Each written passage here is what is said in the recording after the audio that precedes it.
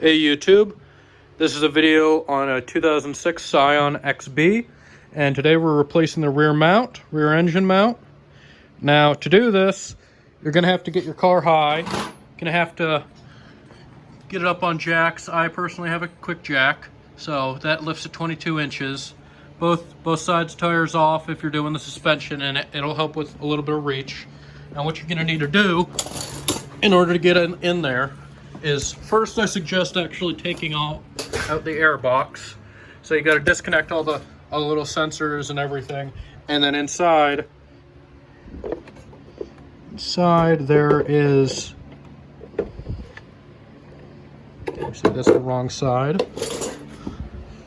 Inside there's 3 10mm bolts, and you got to snake this out through, and you gotta snake that out through, and it bolts down in there, and that'll give you some more visibility and more light. Now you may need an engine cherry picker to lift up the engine. Now I'm using a hoist and have it not pressing on the hood too bad, just resting there, not bending. And I'm going and hooking around this aluminum piece right here. Now you got to be careful about that. It's fully engaged on there. It's fully on there. It's not going to slip off. And the angle I have it at is it's pulling it up properly. Now this did lift the car slightly, but doing it like this will actually properly get you where you need to be. Jacking up the engine's too small, too narrow to properly jack it up just in the back. It'll lift the entire car, and you won't be able to do it properly. Now, I also removed the battery. Make sure you do that always on there. Next, I went and removed the first O2 sensor out of the two. Removed the first one, and from there, you can see that's the rear mount right there. Now that's going to have a big bolt through this, and you're blocked by these power steering lines here. So you only got about 1.5 inches of clearance on that. So you got to be real careful. Now that's got a nut on the other side that's square that dropped, but that nut is very important. You got to have that. It's got a little tab, that way it locks onto the bracket somehow. Now what I did is I went and dropped all 4 bolts for the subframe. So as long as your tie rod, your sway bar links are good, you should be fine for dropping the subframe. You're probably going to need an alignment after though.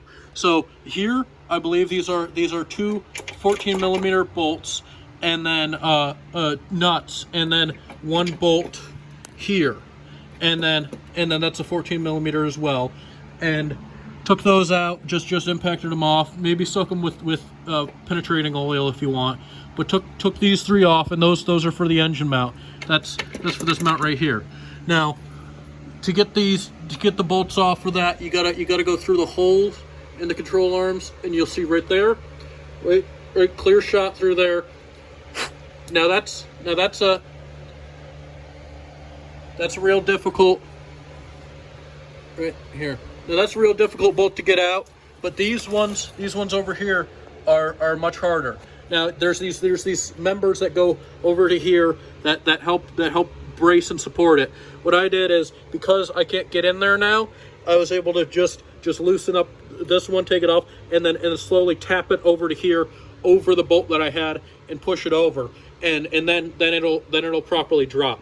Now this subframe is able to drop fully, and that's what you want. It's holding on to enough. It's holding on to the suspension components and everything. That's fine. Now what I saw is that the Toyota dealerships have to do this too, and they might disconnect more stuff, they might not, but just be careful about what you do.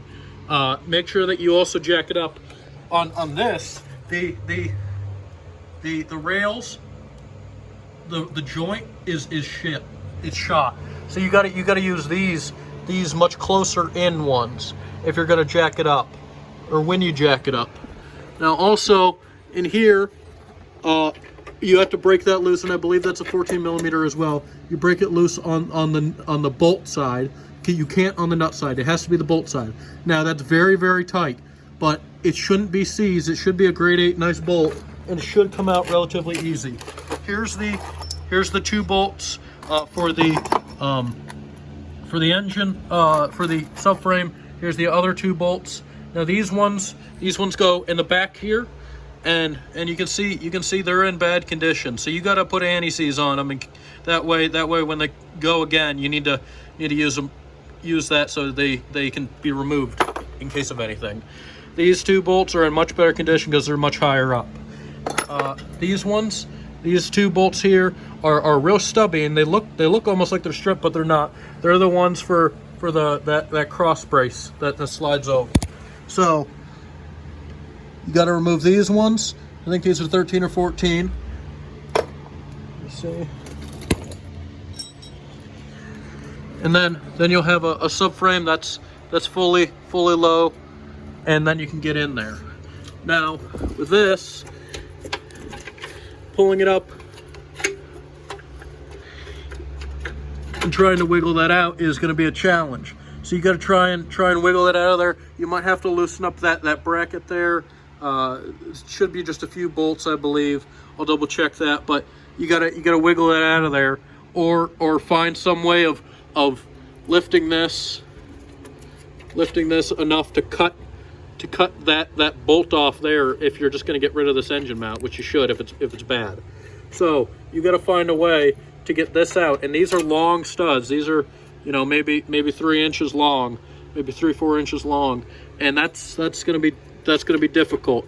And you got to be careful as well not to move it too much, because you got the steering boot there, and just be delicate as well, because you got the lines, hard lines, everything. So that's how you lower the subframe. There's also this block right here. I'm not 100% sure what this one's for, but gonna find out as well. Sorry about the glare. You see this one's even missing. That exhaust has the spring. That one is missing the spring for the exhaust, which is odd. Gonna update you guys in a future video, since I can't splice them together. But yeah, that's how you lower the subframe and get to that mount. Yep, see ya.